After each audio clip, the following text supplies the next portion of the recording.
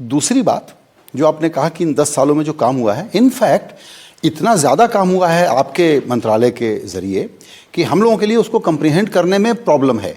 तो अगर हम अपने दर्शकों की सुविधा के लिए उनको बिल्कुल बिग पिक्चर को कैप्चर करना चाहें और शुरू यहाँ से करें कि वो बड़े बड़े मार्कर क्या हैं जो ये बताते हैं कि मोदी एरा में फॉरेन पॉलिसी कैसे फुल्ली ट्रांसफॉर्म्ड हो गई है। उदाहरण तो बहुत सारे हैं, जैसे आपने ही कहा था। अगर मार्कर की बात करें, 4-5 मार्कर ले लेते हैं। मैं कहूँगा एक तो हमारे पड़ोस में देखें। आप जानते हैं कि 2014 में ये नई नीति आई थी, नेबरहुड फर्स्ट।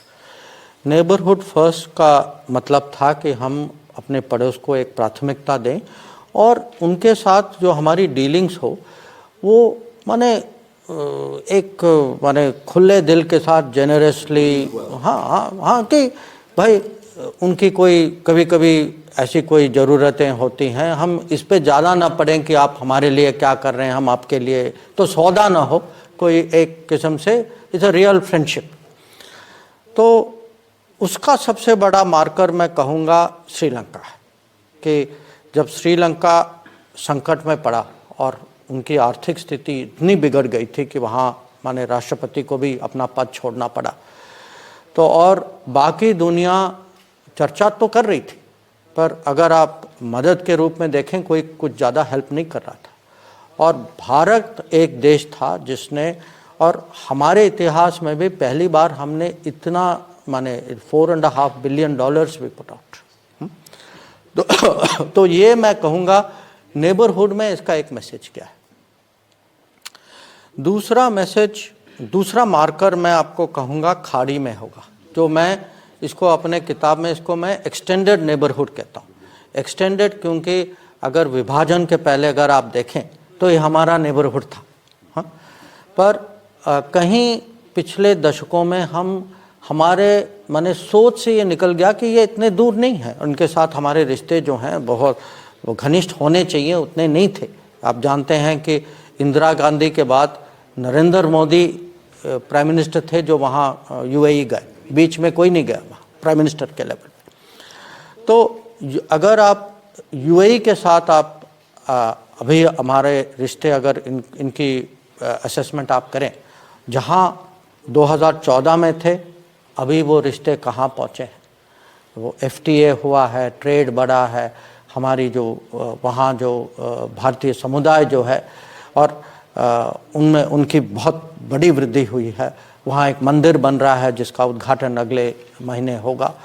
और जो रिश्ते जो हैं जो ज़्यादातर कम्युनिटी, तेल और व्यापार का होता था, अब इट्स ट्रूली स्ट्रेटेजिक रिलेशनशिप।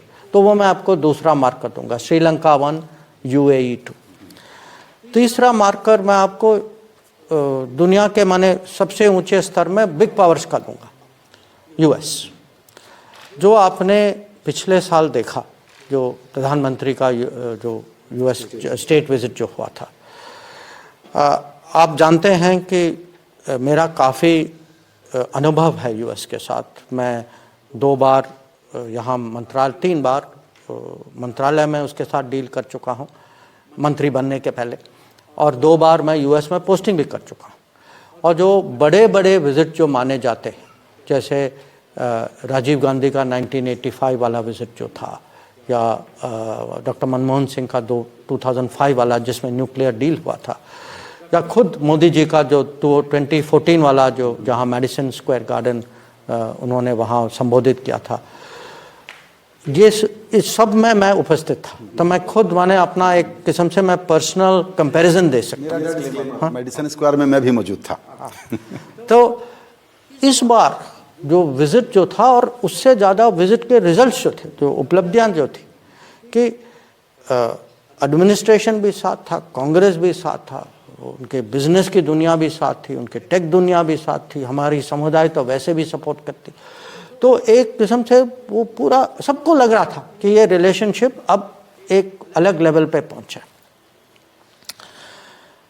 चौथा मार्कर जो है, ये एक किस्म से ये डिप्लोमेसी में कभी कभी ये दुविधाएं होती हैं कि अलग अलग माने रिश्तों से, अलग अलग देशों से दबाव होता है या उनकी अर्ज होती है कि भाई आप हमारी बात मानिए।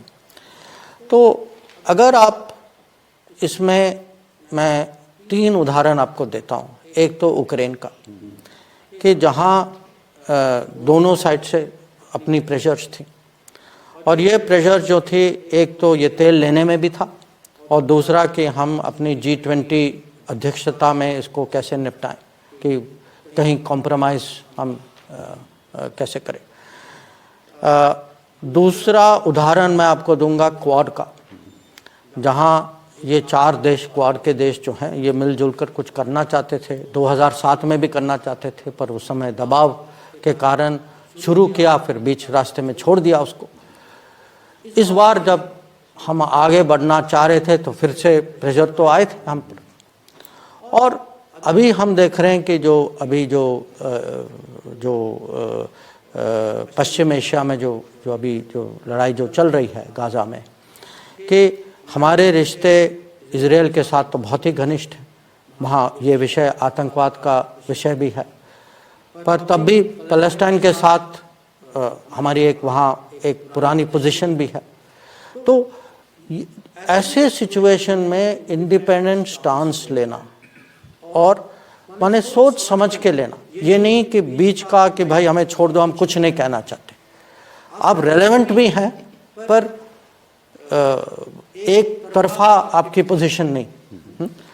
और मैं कहूँगा ये 3-4 उदाहरण जो हैं, ये एक किस्म से चौथा मार्कर और इंडिपेंडेंट स्टांस को दर्शाता है।